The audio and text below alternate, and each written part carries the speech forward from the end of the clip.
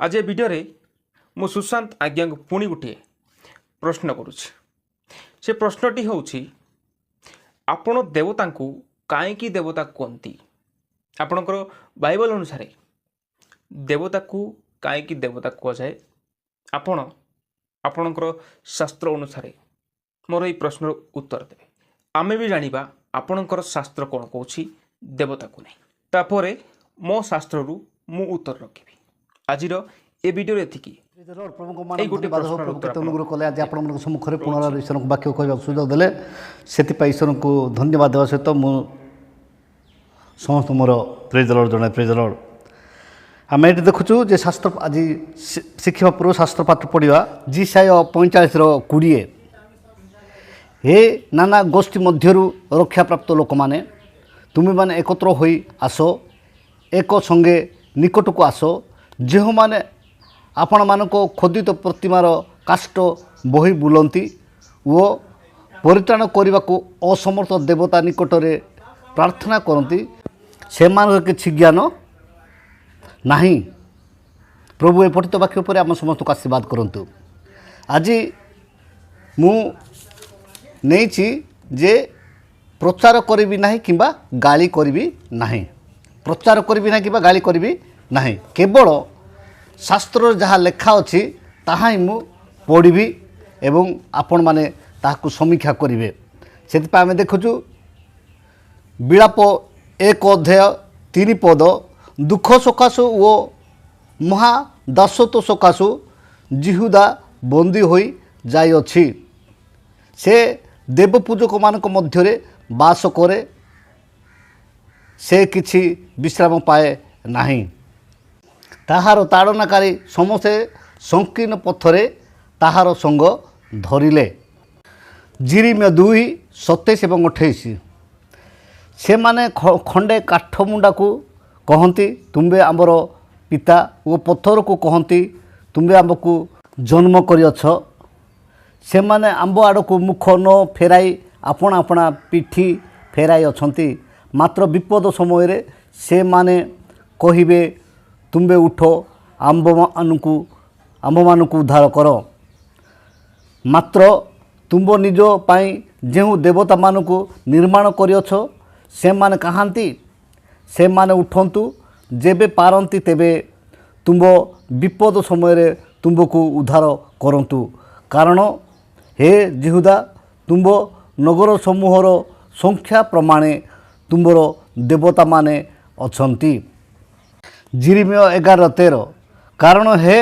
जिहुदा तुम्बर नगर समूहर संख्या अनुसार तुम्बर देवतागण अछंती पुणी तुम्बे माने जेरुसालेमर सड़क समूहर संख्या अनुसार लज्जास्पद वस्तु उद्देश्य यज्ञवेदी अर्थात बाल देव उद्देश्य धूप जलाइबा निमंते यज्ञवेदी स्थापन करियछ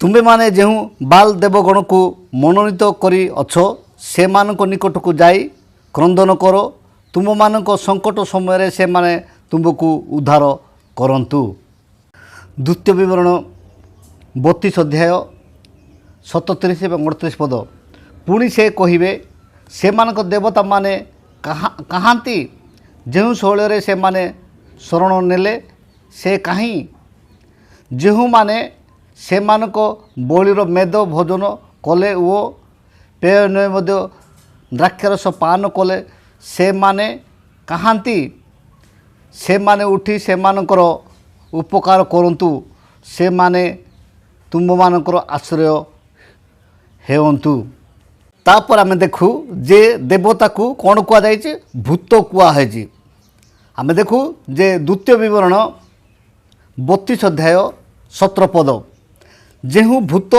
परमेश्वर नुहंती जेहू देवता को से माने जानिले नहीं तुम मानकर पूर्वपुरुष माने जेहू मानकु डोरिले नहीं एपरि सद्य उत्पन्न नूतन देवता मानक उद्देश्य से माने बलिदान कले मैं देखुचु जे जो माने माने देवता को भूत कुआ है भूत माने एवं से आउ देखु प्रकाशित वाक्य 9 ଅଧ୍ୟାୟ 20 ପଦ ଏବଂ 21 ପଦ ଆସନ୍ତୁ ଆମେ ପଢ଼ିବା।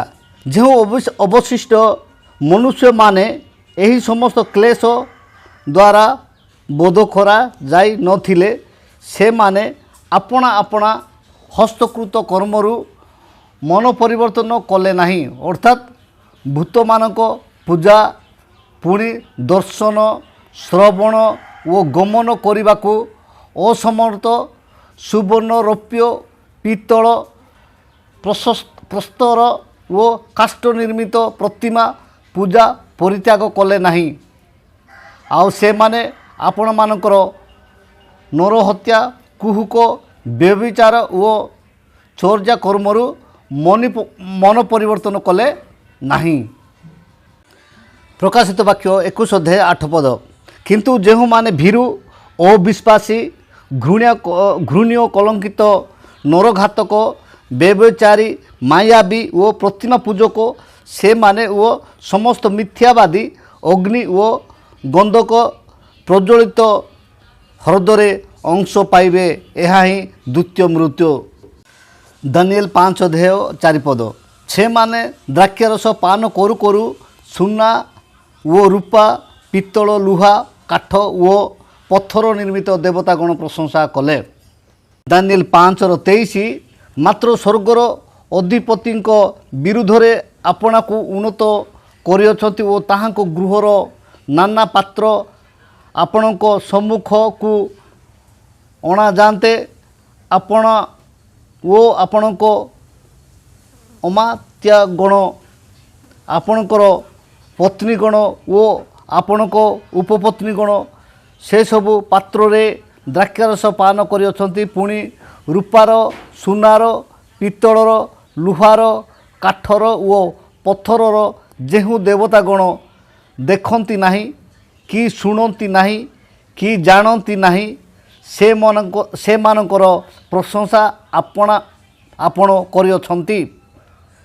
ପୁଣି ଆପଣଙ୍କର ନିଷ୍ପାସ, ଯାହାଙ୍କର ହସ୍ତଗତ ଓ ଆପଣଙ୍କର ସକଳ ପଥ ଯାହାଙ୍କର ଅଧୀନ, ଆପଣ ସେହି ପରମେଶ୍ୱରଙ୍କର ଗୌରବ କରି ନାହାନ୍ତି। ପ୍ରଭୁ ଏହି ସମସ୍ତ ବାକ୍ୟ ଉପରେ ଆଶୀର୍ବାଦ କରନ୍ତୁ। କିନ୍ତୁ ଏଇଠି ଗୋଟେ ପ୍ରାୟ ଲୋକମାନେ କେବଳ ବାଇବେଲ ଉପରେ ଧ୍ୟାନ ନ ଦେଇକି ମୋବାଇଲ ଉପରେ ଧ୍ୟାନ ଦେଇଛନ୍ତି। ସେହି ଭାଇମାନଙ୍କୁ ଗୋଟିଏ ଉପଦେଶ ଦେଇ ମୁଁ ରହିବାକୁ ଯାଉଅଛି ଯେ ଆମେ ଦେଖୁଛୁ ବିଳାପ 1 ଅଧ୍ୟାୟ 3 ପଦରେ ସେଠି ବାଇବେଲରେ ଲେଖା ହେଇଛି, ଦୁଃଖ ସକାଶୁ ଓ ଯାହା ଦାସତ୍ୱ ସକାଶୁ ଜିହୁଦା ବନ୍ଦୀ ହୋଇ ଯାଇଅଛି, ସେ ଦେବ ପୂଜକମାନଙ୍କ ମଧ୍ୟରେ ବାସ କରେ, ସେ କିଛି ବିଶ୍ରାମ ପାଏ ନାହିଁ। ତାହାର ତାଡ଼ନାକାରୀ ସମସ୍ତେ ସଂକୀର୍ଣ୍ଣ କୂପରେ ତାହାର ସଙ୍ଗ ଧରିଲେ। କିନ୍ତୁ ଏଠି ଦେଖୁଛୁ ସେ ମାନେ ଯେଉଁଟାକି ଅନୁବାଦ କରାହେଇଛି, ଯେଉଁଟାକି ଆମର ମାନେ ବାଇବେଲକୁ ଯେଉଁ ମୋବାଇଲରେ ଡାଉନଲୋଡ଼ କରାହେଇଛି, ସେଇଠି ଏହି ପ୍ରକାର ନାହିଁ। ଆମେ ଦେଖୁ ସେ ବିଳାପ 1:3 ସେଇଠି ଏହି ପ୍ରକାର ଲେଖା ହେଇଛି, ଦୁଃଖ ସକାଶୁ ଓ ମହା ଦାସତ୍ୱ ସକାଶୁ ଜିହୁଦା ବନ୍ଦୀ ହୋଇଯାଇଅଛି, ସେ ନାନା ଗୋଷ୍ଠୀ ମଧ୍ୟରେ ବାସ କରେ, ମାତ୍ର ସେ ବିଶ୍ରାମ ପାଏ ନାହିଁ। ତାହାର ତାଡ଼ନାକାରୀ ସମସ୍ତେ ସଂକୀର୍ଣ୍ଣ ପଥରେ ଧରିଅଛନ୍ତି। ଏଠି ଆପଣ ପାର୍ଥକ୍ୟ ଆପଣ ଜାଣିପାରିବେ ନାହିଁ। କିନ୍ତୁ ବାଇବେଲକୁ ଖୋଲିଲେ ସେଠି ଲେଖା ଅଛି, ସେ ଦେବ ପୂଜକମାନଙ୍କ ମଧ୍ୟରେ ବାସ କରେ, ସେ କିଛି ବିଶ୍ରାମ ପାଏ ନାହିଁ ବୋଲି ଲେଖା ହେଇଛି।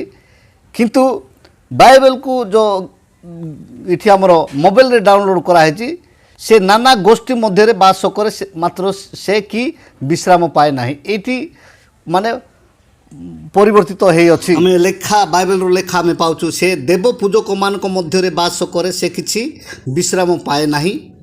କିନ୍ତୁ ଅନୁବାଦ ଯେଉଁ ବାଇବେଲରେ ଡାଉନଲୋଡ଼ ହେଇଛି ସେଠି ଲେଖା ଅଛି, ସେ ନାନା ଗୋଷ୍ଠୀ ମଧ୍ୟରେ ବାସ କରେ, ମାତ୍ର ସେ କି ବିଶ୍ରାମ ପାଏ ନାହିଁ।